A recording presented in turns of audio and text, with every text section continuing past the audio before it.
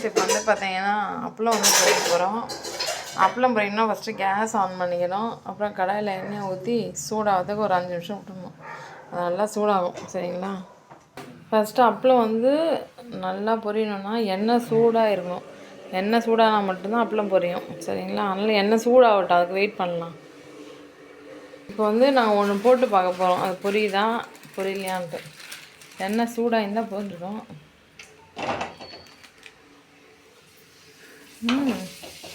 Not bad, பொரிஞ்சிடுச்சு.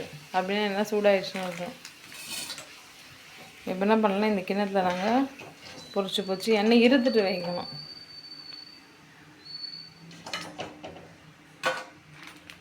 பாருங்கள், அந்த கிண்ணத்தில் போட்டாச்சு. நாங்கள் வாங்கியிருக்க அப்பளத்தை பார்த்தீங்களா, இப்படி தான் பீஸ் பீஸாக இருக்குது.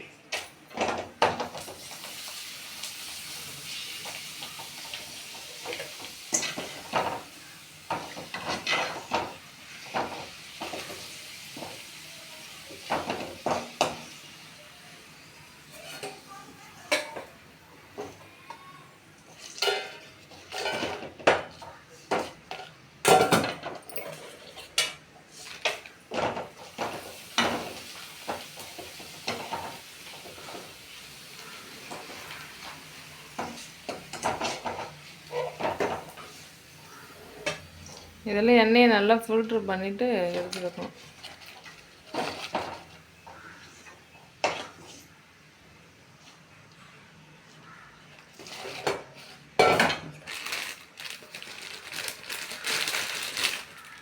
ஸோ அவ்வளோதான் ஃப்ரெண்ட்ஸ், அருமையான அப்பளம் வந்து தயாரிச்சுக்கோங்க.